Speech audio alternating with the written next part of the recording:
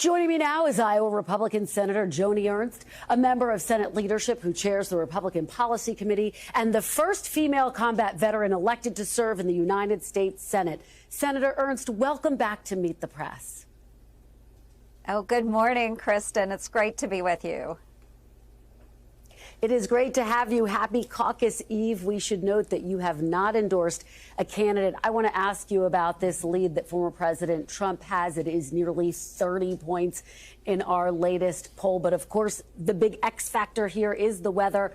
I have to ask you before we delve into policy issues, do you think these frigid temperatures will help or hurt Donald Trump on caucus night? Well, it's hard to know. Iowans are a hardy people, and there are no snow days when it comes to caucus. So we'll see who turns out tomorrow night. I would say bundle up, wear your Carhartts and your coveralls, your insulated boots, but get out there and support your candidate of choice. But, Kristen, it really is hard to tell who's going to drive out the most voters. But one thing I can say, Iowa being the first in the nation caucus state, we do take this very seriously. Well, I've been out talking to folks, and everyone is saying exactly that point, Senator. I want to ask you about former UN Ambassador Nikki Haley. In our poll, she comes in second place. But if you look at the polls overall, she does best against President Biden in a general election campaign. Former President Trump is tied effectively with President Biden. If Republicans want to win back the White House, is Nikki Haley your best bet? Well, I think she is a great candidate. Again, I'm not endorsing anyone in the Iowa caucuses, but if you look at the issues that are top of mind for Iowa Republicans, they are the economy. They've suffered under President Biden. It is the southern border and the flow of illegal migrants into the United States. But overall, if you look at national security, protecting our borders and pushing back against our adversaries worldwide, Nikki Haley does have the experience there, and she's really spoke to that, to the Iowa voters. So that may be one of the tipping points that resonate with so many different voters. Well, let me try to get at the question this way. Do you plan to endorse whichever candidate emerges as the winner after the Iowa caucuses? Well, it'll depend. I have gone round and round in my mind. I do think that President Trump is going to win. We see such a large margin, but it's not a foregone conclusion. So we'll see who comes out the winner here in the Iowa caucuses. We'll know that tomorrow night, and then we'll know how to move forward. But one thing we know as Iowa Republicans is that we cannot have Joe Biden in the White House for a second term. So just to be very clear, though, if Donald Trump wins tomorrow night, would you endorse him, Senator? Well, again, I am not going to say that. I need to review the candidates very carefully. We'll see the margin. I guess I am assuming that President Trump wins, but it could be any one of these fantastic candidates. So, again, we'll see who emerges. I've made up my decision on who I will caucus for. It is a private ballot, and I would expect that we'll have a very good turnout. But, again, Kristen, I'm not going to tip my hand to who I might be supporting. All right. Well, has Donald Trump asked for your endorsement, Senator? I have had a request from just about all of the candidates. So again, I'm not endorsing, and we'll keep those discussions private. And you're not ruling out endorsing Donald Trump, though, if he wins or if he wins the nomination? You'll endorse the GOP nominee? I am not. No, I'm not ruling that out at all. But certainly we want to let Iowans make that decision through the weekend and tomorrow night. They'll come together at 7 p.m. here in Iowa. They'll get out in the snow and the cold weather, and then we will go from there starting Tuesday morning. All right. I want to ask you about your recent trip. You were just in the Middle East with other lawmakers working to secure the release of the 6 Americans still being held hostage by Hamas. Do you have any reason to believe that there could be a pause in the fighting to allow for the release of more hostages in the near future, Senator? What came out of your trip? Kristen, I truly hope so. We still have 6 Americans that remain in the hands of Hamas in the Gaza Strip.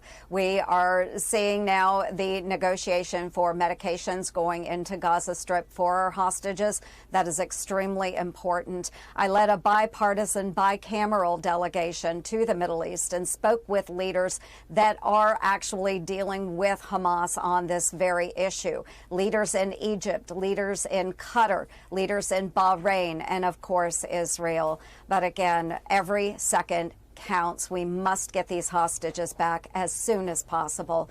Their families are depending it. Their lives depend on it. We cannot forget these are our American brothers and sisters.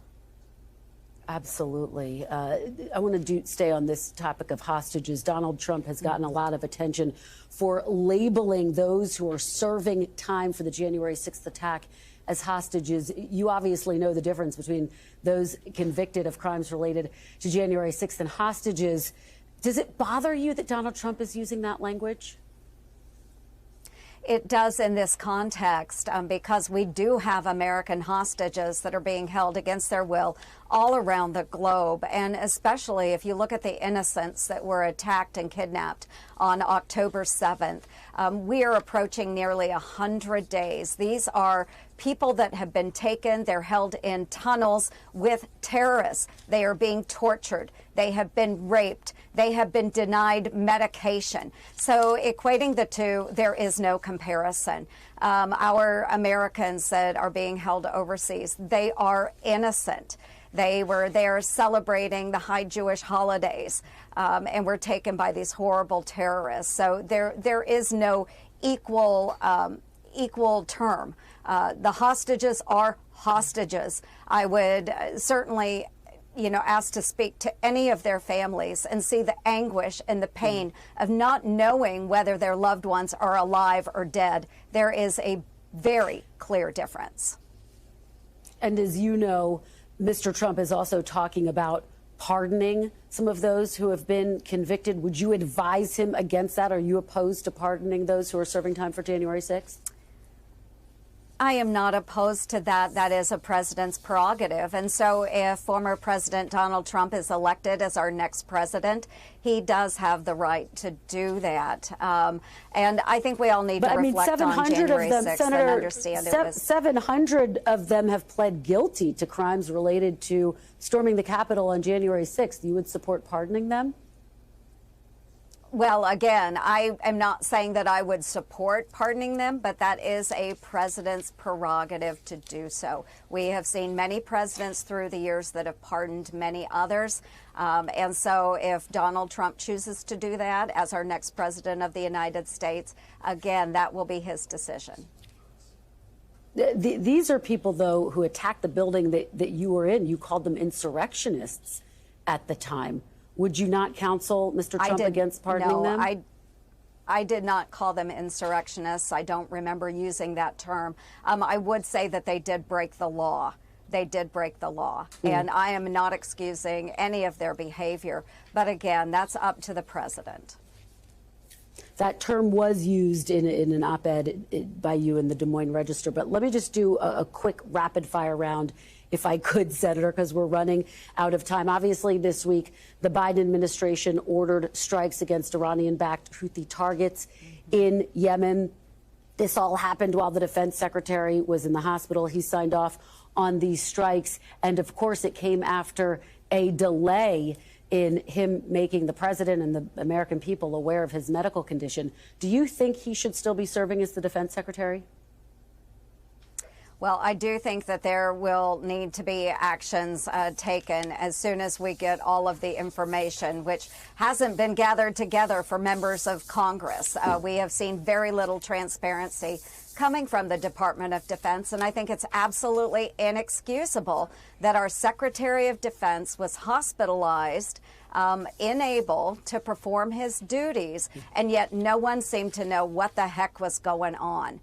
This is not a circus, folks, and he is not the director of the Small Business Administration. He is the Secretary of Defense. when we see attacks against American service members overseas. We see the actions in the Red Sea. We see the war in Israel and in Ukraine. We need someone who can be at the helm and be transparent. It also goes to an issue, Kristen, of does the Secretary of Defense actually trust President Joe Biden, that he didn't have the courtesy to call him and let him know what was going on?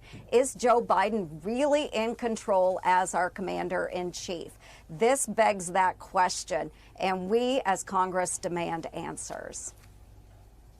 All right, and undoubtedly you will be looking to get those answers. President Biden saying he still has confidence in Secretary Austin. Senator Joni Ernst, thank you for joining us. Really appreciate it. Thanks for watching. Stay updated about breaking news and top stories on the NBC News app or follow us on social media.